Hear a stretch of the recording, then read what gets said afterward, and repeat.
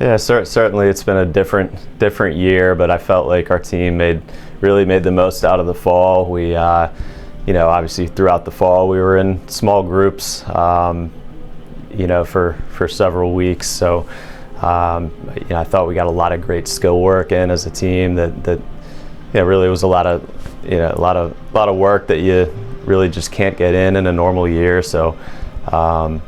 We just tried to stay positive, and I really do think that it was a positive. I think guys really benefited, from a skill standpoint this fall, and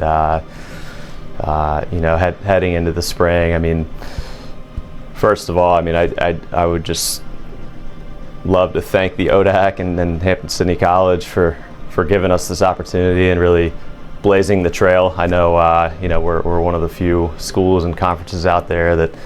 That said, hey, we're gonna do this and move forward with it. So, we feel really fortunate. I felt like, we've done right, by the student athletes, and we're excited. I mean, this is a team with an 18-man senior class, and really a great leadership. I think probably the best leadership that we've had on a team in a long time. So. We're excited for the opportunity, really fired up about this team, and can't wait to get going this Saturday. Anytime you've got a big senior class, I just think, you've got something special. You've got, a great crew of guys that is, really, stuck it out for 4 years, and obviously cares about the program, wants to do something special. We're certainly fortunate to have 2 fifth-year seniors back, and Jack Hayden and Garrett Patneski, and 16 seniors on top of those guys as well. So, guys want to do something special. Proud of how they've stuck together through this whole thing. I think really stuck together as a team, and just understood that we could do something special this year, and really fortunate that those guys came back as fifth years, and added something to this great senior class that we have. Also led by a lot of great underclassmen. Can't say enough really about this whole group. So really excited about it. Yeah, I think great leadership means the world, to any team. But I think. In Mike Dom's case, I mean, he's a special type of leader that's done it, really at the highest level of our country's military. So he has a very unique perspective to our guys. Sean Duffy, just speaking of our captains a little bit here, is a junior captain who was, the rookie of the year in the ODAC as a freshman, and I think really primed to be one of the top midfielders in the country this year. But more about Sean, I think that he's just a tremendous leader. He leads by his work ethic and competitiveness. Jack Hayden coming back as a fifth year, has been a 2-time captain now as well. Was a part of our ODAC championship team in 2017, so he understands what it takes to win.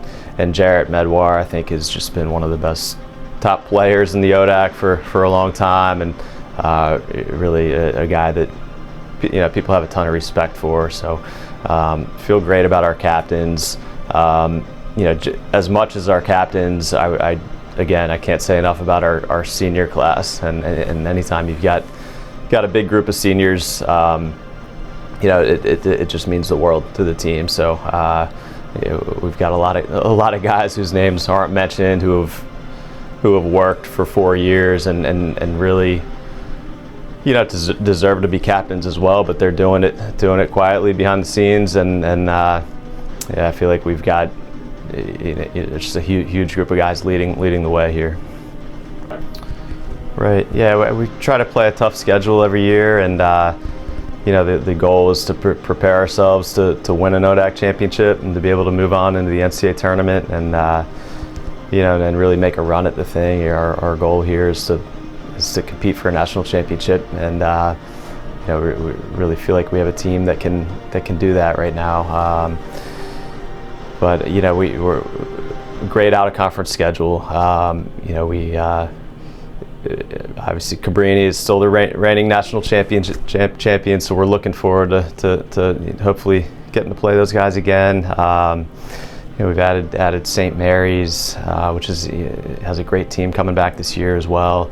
Yeah, our game with Christopher Newport last season was I thought one of the top games in the country. It was a 10-9 game that, you know, kind of went down to the last final second. So that game's really become an in-state rivalry. Excited to have them coming here in a week and a half, and looking forward to a great game there. But you know, the ODAC is always one of the toughest leagues in the country. Whoever wins the trophy at the end of the year will have earned their stripes coming through it, no question. So really trying to prepare ourselves for that and how we can make a run for a championship at the end. Traditionally, you know, the ODAC's been one of the top conferences in the country, you know, from a lacrosse standpoint, and you know, I think it's certainly no different this year. I think you know, over the past 30 years, there's been there's certainly been a feeling of it that there was a top 4 type of teams in the league, and I think that's changing a little bit. You know, everybody's good right now, so you know, you got to be ready to play every day. You know, obviously Lynchburg and WNL, they've got a lot returning. Roanoke, Randolph-Macon, those teams have a lot coming back this year, and it's always a tough gauntlet at the top. But you know, just kind of going down the preseason poll, but every team's good. Every team's good. You got Bridgewater and Virginia Wesleyan, and you know, just a lot of great teams that are tough. You know, so I think the ODA, whoever comes out at the end of the year with the trophy, will certainly have earned their stripes and you know, run the gauntlet. And but I do feel that the winner of the league certainly has a chance to compete for a national championship, and no different this year.